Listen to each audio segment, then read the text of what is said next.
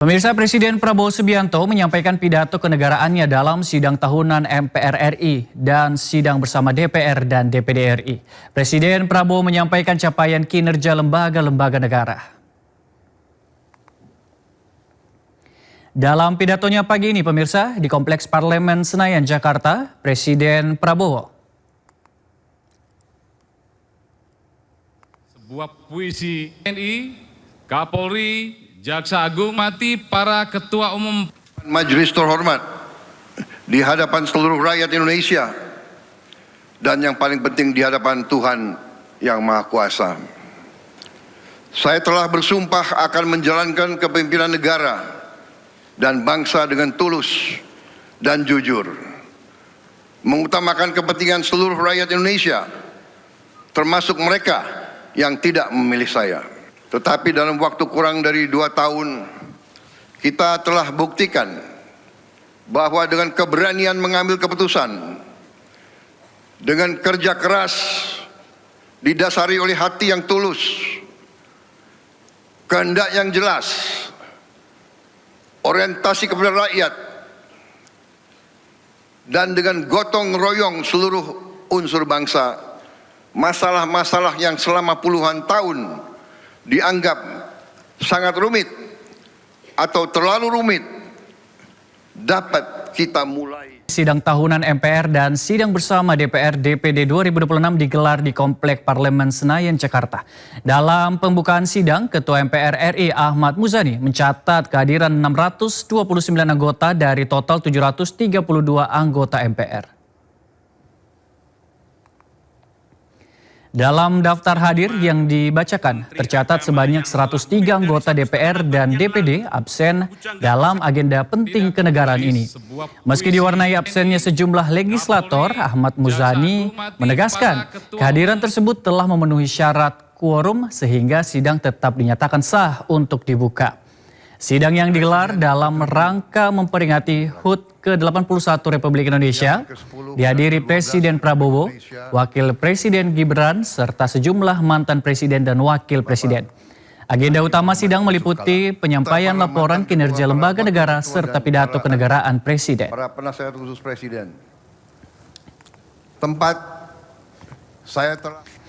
Sejumlah anggota parlemen dengan latar belakang publik figur menghadiri sidang tahunan MPR dan sidang bersama DPR DPD Republik Indonesia. Mereka tampak hadir memenuhi selasar Gedung Nusantara. Terlihat Ahmad Dhani dan Mulan Jamila, musisi sekaligus anggota DPR RI hadir bersama. Disusul dengan anggota DPR Elfonda Mekel, musisi yang dikenal dengan nama Once Mekel. Selain itu tampak juga publik figur lainnya seperti Nafa Urbah, Farel Bramasta, dan Nurul Arifin. Wakil rakyat dengan latar belakang musisi seperti Pasha Ungu dan Melly Guslo juga turut hadir. Dikit-dikitnya semua sudah siap dan kebetulan panitianya dari DPD. Jadi ketua DPD dan sekjen DPD sudah bekerja siang dan malam. Sama seperti saya. Ada dinantikan nggak dari pidato presiden nanti? Ya karena belum mendengar saya tidak ada komentar. Kita dengarkan dulu ya. Dari pihak DPD sendiri mungkin bisa disampaikan Mas hari persiapan presiden seperti apa gitu. Apa yang didengar di dalam sidang kali ini Mas? Iya kita dengarkan dulu. Soalnya kalau belum mendengarkan. Dalam sidang tahunan MPR RI dan sidang bersama DPR DPD RI, Ketua MPR Ahmad Muzani menekankan posisi non-blok Indonesia dan keterlibatan Indonesia dalam menciptakan perdamaian dunia. Ketua MPR juga menggaungkan dukungan Indonesia untuk kemerdekaan Palestina. Indonesia berkewajiban ikut melaksanakan ketertiban dunia yang berdasarkan kemerdekaan, perdamaian abadi, dan keadilan sosial. Karena itu, politik luar negeri bebas aktif berarti bebas menentukan pendirian berdasarkan kepentingan nasional, tidak berpihak kepada salah satu blok manapun. Indonesia harus tetap konsisten menolak perang sebagai cara menyelesaikan perselisihan antar negara. Dalam bahasa yang sederhana, sering disampaikan oleh Presiden Prabowo, 1000 kawan terlalu sedikit, 1 musuh terlalu banyak.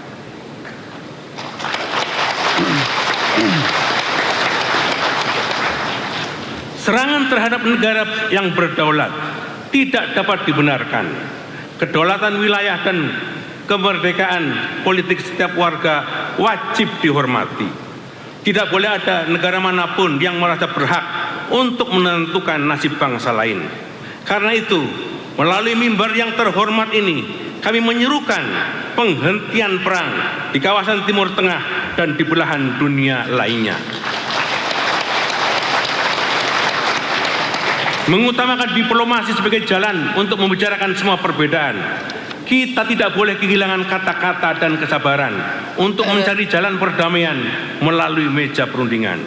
Perdamaian adalah keberanian untuk menahan diri, kesediaan mendengar, dan kemampuan menempatkan kehidupan manusia di atas ambisi kekuasaan. Dunia tidak membutuhkan perang, dunia membutuhkan keberanian untuk berdamai. Sidang majelis, saudara-saudara sebangsa dan setanah air. Perang juga telah membawa korban bagi pemimpin Iran.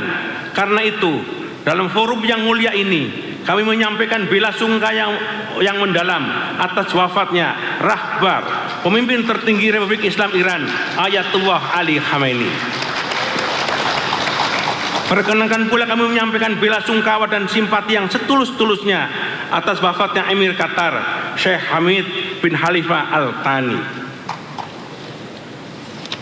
Kita beralih ke informasi lainnya pemirsa, polisi tetapkan 4 orang sebagai tersangka kasus dugaan penistaan agama terkait tantangan hafalan Al-Quran berhadiah minuman keras. 2 diantaranya ditahan di Polda Metro Jaya. 2 tersangka yang telah ditangkap dan ditahan yakni seorang pria dan seorang wanita yang berperan sebagai pembawa acara dan pemberi tantangan. Keduanya ditahan selama 20 hari ke depan, terhitung sejak Kamis 13 Agustus 2026. Perkara ini kini ditangani Subdit Keamanan Negara Ditreskrimum Polda Metro Jaya. Sementara itu, polisi telah menerima 5 laporan dari masyarakat.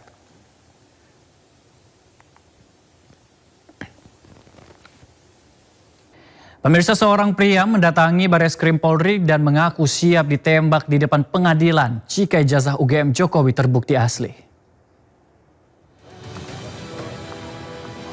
Pria mengaku bernama Saji sebagai anggota Forum Purnawirawan Pejuang Indonesia atau FPPI ini mendatangi Bareskrim Polri untuk menuntut Jokowi diadili terkait kasus ijazah.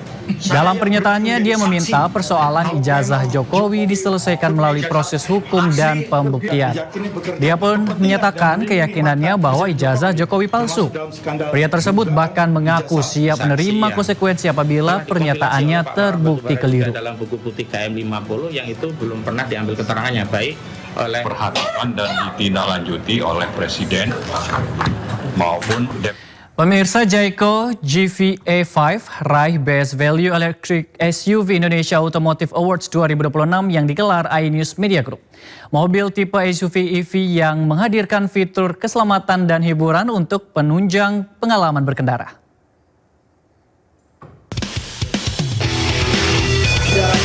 Jayco G5 EV meraih penghargaan Best Value Electric SUV dalam Indonesia Automotive Award 2026 yang digelar iNews Media Group pada Kamis 13 Agustus 2026.